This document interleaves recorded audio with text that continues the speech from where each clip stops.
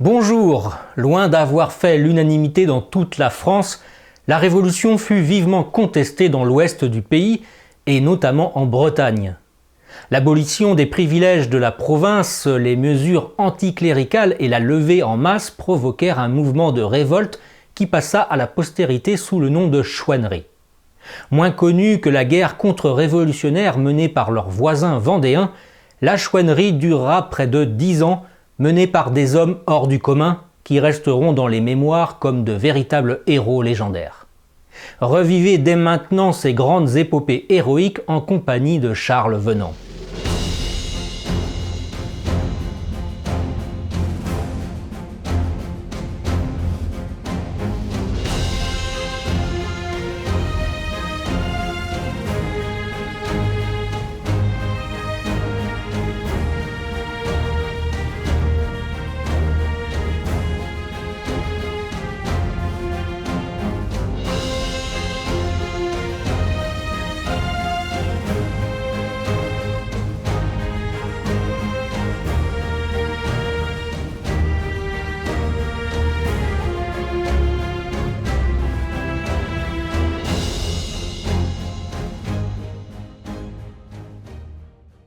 Pierre du Chayla, c'est un peu le chouan oublié parmi tous les chouans du Morbihan, parce qu'il a eu un parcours assez atypique. Déjà, contrairement aux autres chefs du Morbihan, c'est un noble. Son père était originaire du Dauphiné et officier dans le régiment du Lyonnais. Au cours d'une des affectations, il fut envoyé en Bretagne. Là, il rencontra une demoiselle des alentours de Langoélan, avec qui il se maria. Et il s'installa dans ce petit village de Langoélan. Il est mort quand Pierre du Chayla était encore enfant. Et donc, il fut orphelin assez jeune. Il fut envoyé probablement au collège à Saint-Malo, si ma mémoire est bonne. Très vite, il décida de suivre un peu la même voie que son père et de s'engager dans l'armée. Il entra donc comme ce qu'on appelait cadet gentilhomme au régiment de Navarre, qui était à ce moment-là à Rouen. Et, il a eu notamment comme condisciple le fameux François-René de Chateaubriand, qui était au régiment au même moment. Chateaubriand, lui, en fait, il était au régiment sans y être. À cette époque, les officiers pouvaient être pendant longtemps en congé sans être présents. On sait que Bonaparte, à la même époque, il a fait à peine 3 mois au régiment de la Fère d'artillerie. Le reste, il était en Corse. Mais apparemment, c'est pas le cas de du Chayla, qui lui, c'était un peu sa seule optique, la carrière des armes. Donc, il restait dans son régiment. Donc comme tout cadet gentilhomme, il entre au régiment comme simple soldat, mais en fait il suit le cursus de façon accélérée. En quelques mois, il commence à l'école du soldat et il finit comme officier, sous-lieutenant. Donc il est nommé sous-lieutenant dans la compagnie des chasseurs. Les régiments à l'époque, il y avait 6 compagnies de fusiliers, une compagnie de grenadiers, une compagnie de chasseurs, qui sont 2 compagnies d'élite. Donc il est nommé dans cette compagnie d'élite. Ce qui veut dire quand même qu'il était quand même un bon soldat. La paye était meilleure pour les officiers de ces compagnies d'ailleurs que pour ceux des fusiliers. À partir de 1785-86, il demande un congé et il rentre chez lui à Langoélan. Il venait de se marier et c'est probablement pour cette raison qu'il demande un congé. C'est pour s'occuper de sa famille. Puis, comme j'ai dit tout à l'heure, c'était quand même assez courant.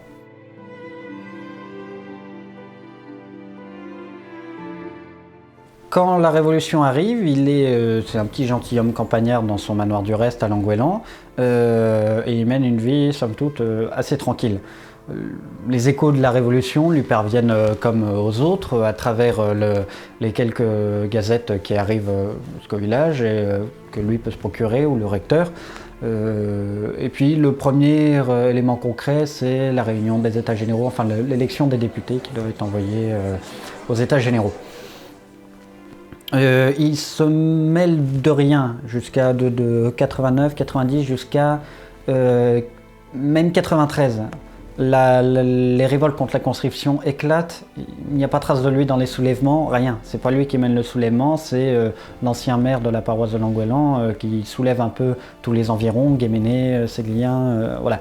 Et qui mènera d'ailleurs tous ces hommes de ces communes-là à l'assaut de Pontivy, aux côtés de Jean-Jean. Ce qui est certain, c'est que Pierre du Chayla a été approché par l'association bretonne d'Armand de la Rouërie.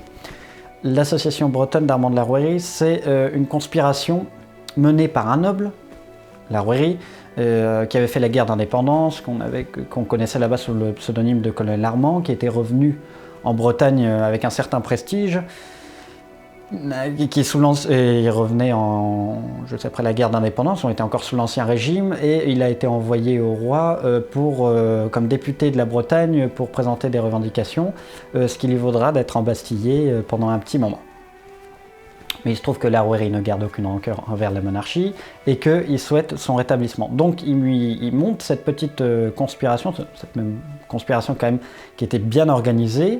Il rassemble autour de lui beaucoup de nobles bretons, en tout cas dans son noyau le plus proche. Puis au fur et à mesure, les ramifications s'étendent dans toute la Bretagne et des petits groupes de partisans sont armés, équipés, entraînés. En fait, on a vraiment l'embryon des futures compagnies et divisions bretonnes. Certaines, effectivement, sont issues de l'association de la Rouërie, d'autres se soulèveront spontanément. Mais tout ça sera aggloméré.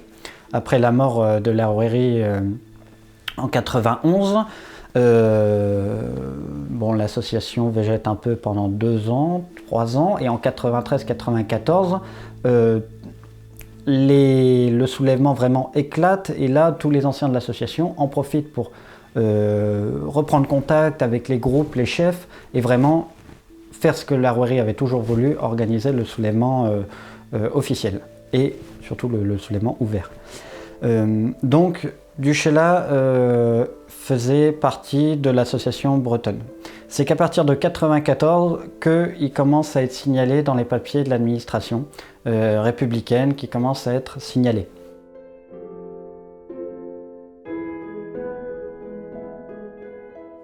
Donc à partir de 1994, du Chayla commence à monter sa division en partant d'abord de son petit village de Langoëlan, rassemble 2, 3, 4, 5, 6, et puis au final c'est tout le district du Fawet, qui est quand même assez étendu, qu'il a sous ses ordres.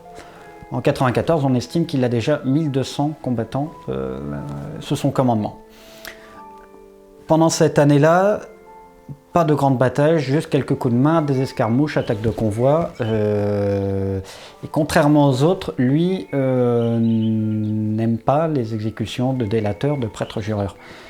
Ce qu'il faut comprendre, c'est que lui, il a vraiment la mentalité d'un officier du roi. Il veut faire la guerre proprement, pas d'exécution sommaire, du combat au grand jour. Et même si possible, on porte un uniforme, qui fera d'ailleurs porter à ses hommes. Sa première action, son premier coup d'éclat, c'est en janvier 1795, avec côté de Jean-Jean et de Pierre Mercier, dit La Vendée, le camarade de Cadoudal. Ils prennent d'assaut la ville de Guéméné. À l'époque, Guéméné, il y avait un gros château d'Hérohan et tout autour, il y avait la ville. Donc, dans la nuit du 25 au 26 janvier 1795, les Chouans prennent d'assaut la ville, les faubourgs sont pris facilement, le centre-ville aussi, mais malheureusement le château résiste parce que la garnison républicaine s'est retranchée dedans. Donc pendant toute la journée, le siège va être mis devant le château, des combats vont avoir lieu assez intenses, et pendant que les combats ont lieu dans le château, il y a des pillages et des réquisitions qui sont faites par les Chouans. Et notamment les Chouans de Jean-Jean. Au cours de la journée, il arrive devant Pierre du Chayla et il lui présente une liste de 42 noms de patriotes qui ont leur maison à Guéméné. Il dit ces 42 maisons doivent être pillées, réquisitionnées en dédommagement de tout ce que ces patriotes ont fait subir. C'était des acquéreurs de biens nationaux, des délateurs et tout ça. Et sauf que du Chayla, du coup, s'y oppose. Lui dit mais on n'est pas des pillards, on va pas détrousser des civils. Là, on a un combat qui se mène, c'est pas le bon moment. Puis au fur et à mesure, le ton va monter. Et c'est une dispute entre les deux chefs. Jean-Jean va se prendre une balle dans le pied et puis une deuxième et devra être retiré du combat, ce qui fait que Duchela se retrouve seul en tête des opérations. Au final, à la fin de la journée, l'assaut de Guéméné est plutôt un beau succès. Des canons ont été pris, les archives de la commune ont été brûlées, l'Arche de la Liberté abattue, la caisse publique a été récupérée pour le trésor de guerre. Et tout ce petit monde est très enthousiaste, c'est un beau succès. Et ils veulent du coup faire subir le même sort à la ville du Fawet, qui est à 20 km, et qui est le chef-lieu du district et qui est connu pour être une grosse ville républicaine. Donc ils se mettent en route dans la nuit même et ils arrivent au Fawet et l'attaque se passe de nuit. Sauf que là, la garnison était prévenue. C'est pas les quelques grenadiers qu'il y avait à Guéméné. Là, c'est quand même les troupes gardes nationaux, troupes de ligne, gendarmerie, cavaliers et même de l'artillerie. L'assaut se passe de nuit. Duchela sent un peu le coup fourré, se dit on va pas y aller tête baissée.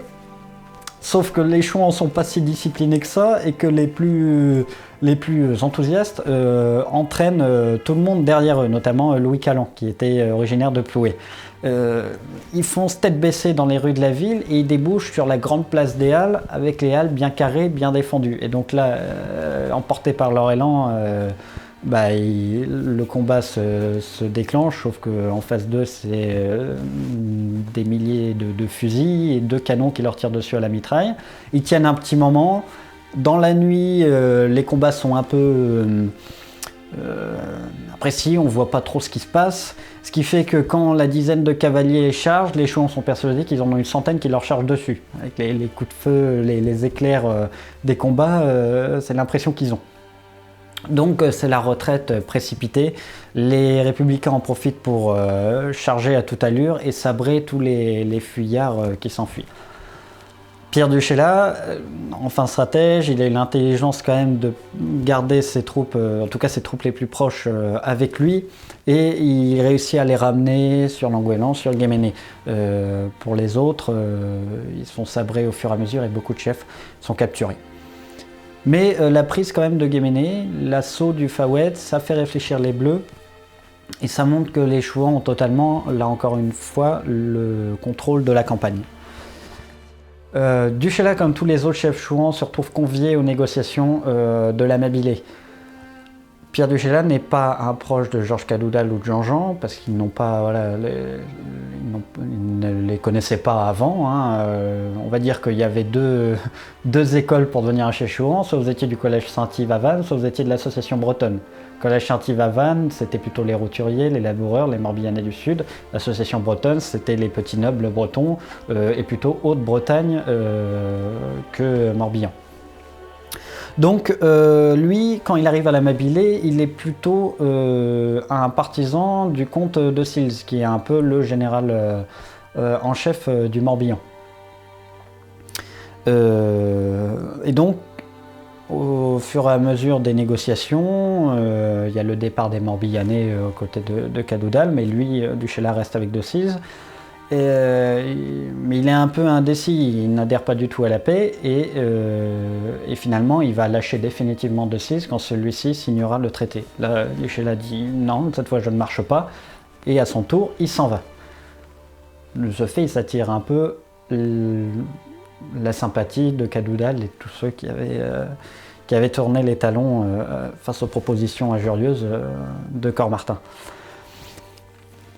La paix de l'Amabilé, il en profite pour regrouper ses hommes, les réarmer, les rentraîner, les reposer en vue du débarquement de Quiberon.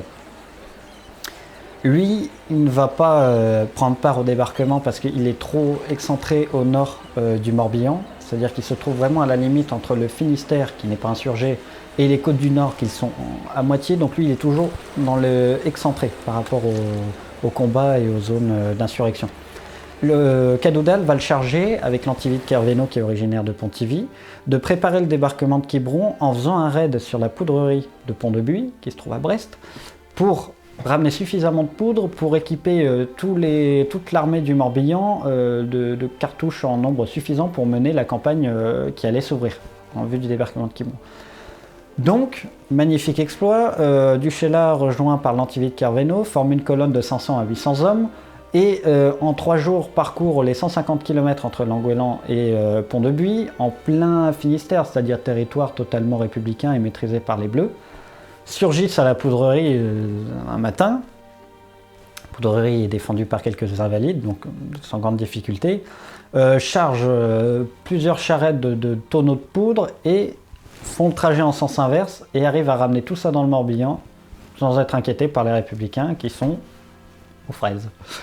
Donc c'est un peu la seule action concrète que va faire Duchesla pour le débarquement de Quiberon. Il sera quand même sollicité au cours du mois de juillet quand ça commence à partir un peu en catastrophe pour mener une diversion, tenter de mener des attaques sur le Fawet, Quimperlé pour distraire les républicains qui ne mordront pas à l'hameçon, qui resteront cantonnés sur le littoral face aux Anglais et à l'armée des émigrés. Et il apprend voilà, la défaite de Quiberon. Lui, il est un peu le seul Morbihanais encore en place à avoir des troupes solides, là où tous les autres ont perdu énormément de leurs hommes, de leurs compagnies, de leurs divisions, dans la presqu'île de Quiberon, le piège de Quiberon.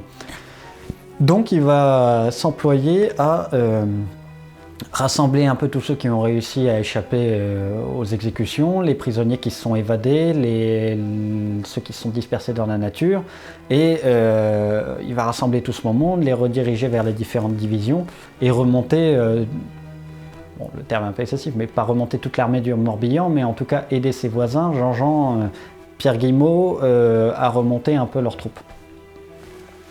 À l'issue du débarquement de Quiberon, donc c'est Cadoudal qui s'impose un peu comme le général en chef du Morbihan, il recompose tout son état-major et il nomme notamment Pierre Duchesla major général. Ce qui veut dire qu'il a 4 divisions sous ses ordres et qu'il est un peu le chef d'état-major, le numéro 2 ou le numéro 3 de Cadoudal. En tout cas, c'est ce que Pierre Duchesla dira dans ses états de service, ça a été recoupé, mais il y a encore trop de confusion par rapport à ce poste. Au cours de l'année 95-96, les combats vont continuer à avoir lieu et Duchesla, lui, malheureusement, va être touché par un drame personnel. En fait, il n'avait qu'un défaut, c'est qu'il était marié. Comme disait Cadoudal, un chouan marié est un chouan perdu. Cadoudal, en 98, interdira aux chouans de se marier parce que c'est un moyen de pression de la famille. Donc, Duchesla, toute sa famille sera arrêtée. Il avait 3 enfants. Sa femme et sa sœur aussi sont arrêtés et sont internés au Fawet, puis à Lorient. Donc du coup, c'est quand même un bon père de famille, il avait des scrupules d'imposer tout ça à sa famille. Mais il continuera quand même le combat. Il va y avoir une rupture qui va commencer à s'installer à partir de ce moment-là dans la chouannerie morbihanaise entre les chefs roturiers, Cadoudal, Guillemot, Mercier, Jean-Jean, et d'autres, et les petits nobles et surtout les émigrés qui sont arrivés avec Quiberon, au débarquement de Quiberon, mais qui, pour ceux qui ont réussi à échapper à la prison et à l'exécution, ont rejoint ensuite les Chouans, mais qui demandent des grades, des commandements, qui cherchent à s'imposer. Donc les chefs roturiers voient d'un mauvais œil tous ces nobles qui s'imposent et pour lesquels ils n'ont jamais vraiment eu de sympathie. Et c'est pas une guerre pour les nobles qu'ils faisaient. C'était d'abord pour les droits de la Bretagne, pour le roi et ensuite pour la religion. Donc il y a énormément de petits incidents qui vont se multiplier 95, 96 et notamment chez Jean-Jean. Il racontera que il avait été un rassemblement d'officiers chouans à Beau et que parmi eux il y avait énormément d'émigrés. Ils entendent la messe et Jean-Jean est scandalisé parce qu'il voit ces officiers qui discutent pendant toute la messe, qui se mettent à peine à genoux au moment de l'élévation. Et puis ensuite, au cours du repas, il s'aperçoit qu'ils ne sont pas du tout là pour les aider, mais que selon ces émigrés, c'est à eux de commander tous les chouans et tous les chefs chouans actuels, voilà, de par leur naissance, de par les grades qu'ils ont dans l'armée régulière et autre chose. Et du coup, Duchesla, lui, se retrouve pris entre deux feux à devoir... c'est un noble, donc du coup instinctivement il soutient, enfin pas instinctivement, mais il soutient quand même ces émigrés et tous ces petits nobles. Et il peut pas trop être du côté des roturiers. Il essaye de garder quand même un juste milieu, mais il y a de nouvelles disputes qui éclatent avec Jean-Jean et avec les autres chefs, des disputes qui dégénèrent vraiment, puisqu'à un moment, il menacera d'exécuter Jean-Jean s'il continue à avoir de tels propos contre les émigrés.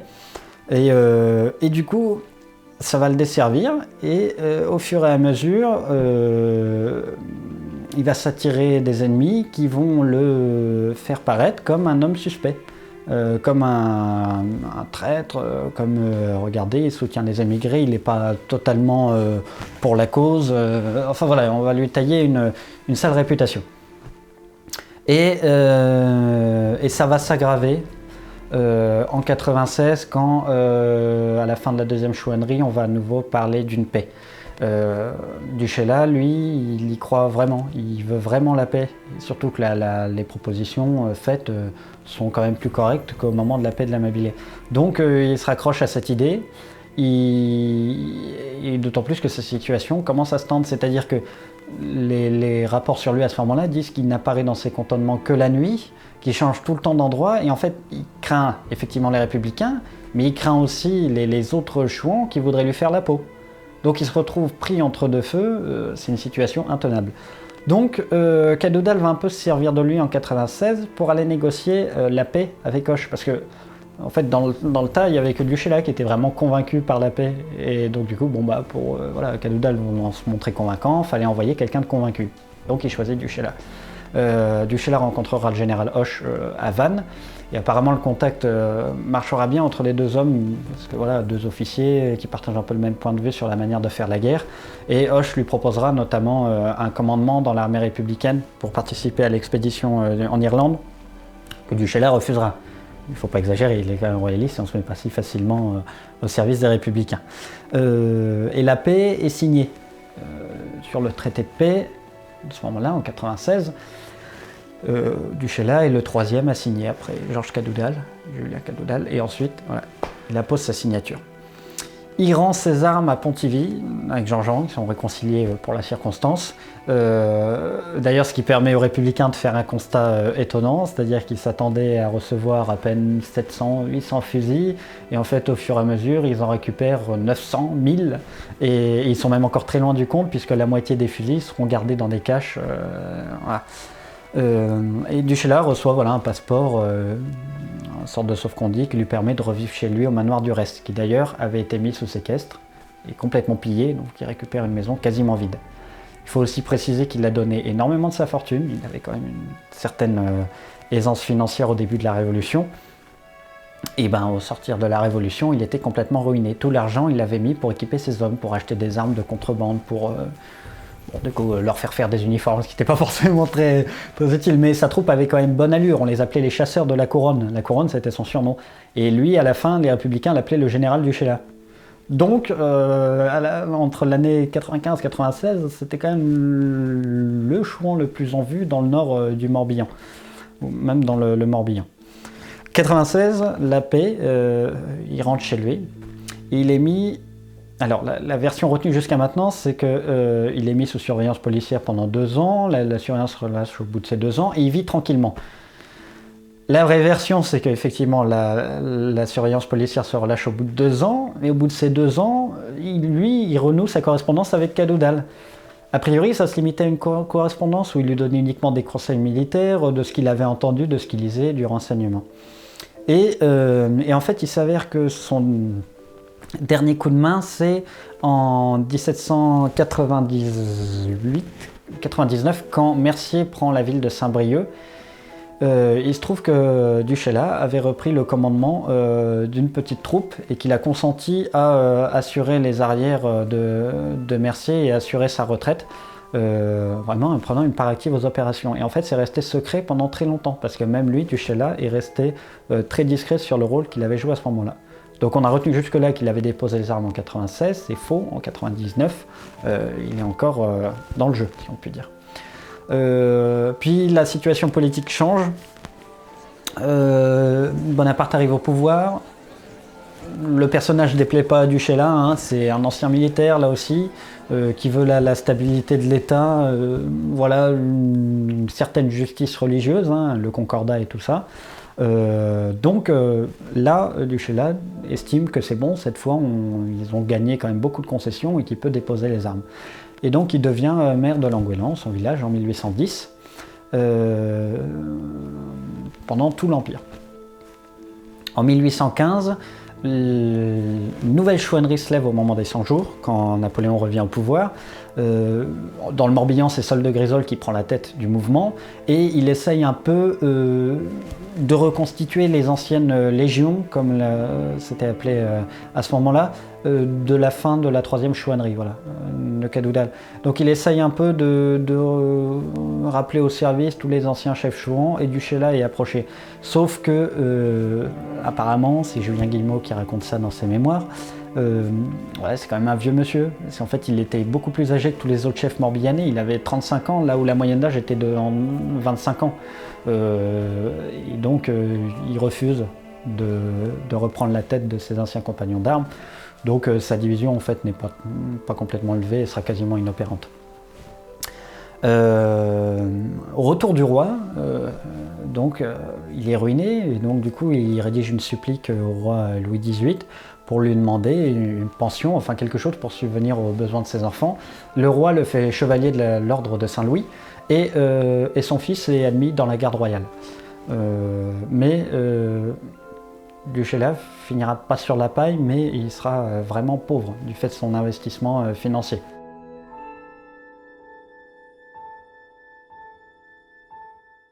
Comme je dis, ça vaut tous les titres de fidélité et tous les serments de fidélité. Et donc, chose un peu bizarre pour un chef chouan, il meurt de vieillesse en 1826 chez lui, au manoir du Reste, à Languélan.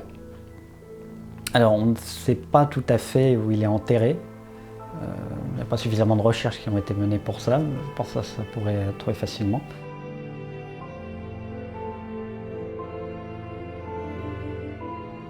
Duchesla, il est resté très méconnu pendant très longtemps. Il était évoqué dans les grands ouvrages généraux de la chouannerie, mais très vite, son rôle était imprécis.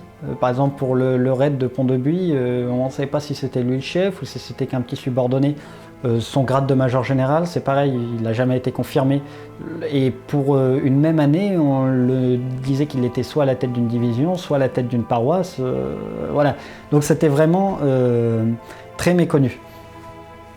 Et en fait, il y a quand même un bel hommage qui lui a été rendu par Jean Rieux dans un de ses livres sur la chouannerie, où lui aussi, comme les autres, reprend les quelques lignes qui avaient été écrites sur lui. Mais il dit « Homme de courage et d'honneur, son nom reste inscrit en lettres d'or dans l'histoire de la chouannerie ». Vous avez aimé cette vidéo? N'oubliez pas de vous abonner à la chaîne et d'activer la cloche pour être tenu informé de toutes les prochaines publications, de laisser un commentaire et de partager la vidéo. Et si vous voulez soutenir mon travail, n'hésitez pas à faire un don via ma page Tipeee ou bien de commander un livre de ma maison d'édition, les éditions Vox Gallia. Merci et à très vite, vive la France!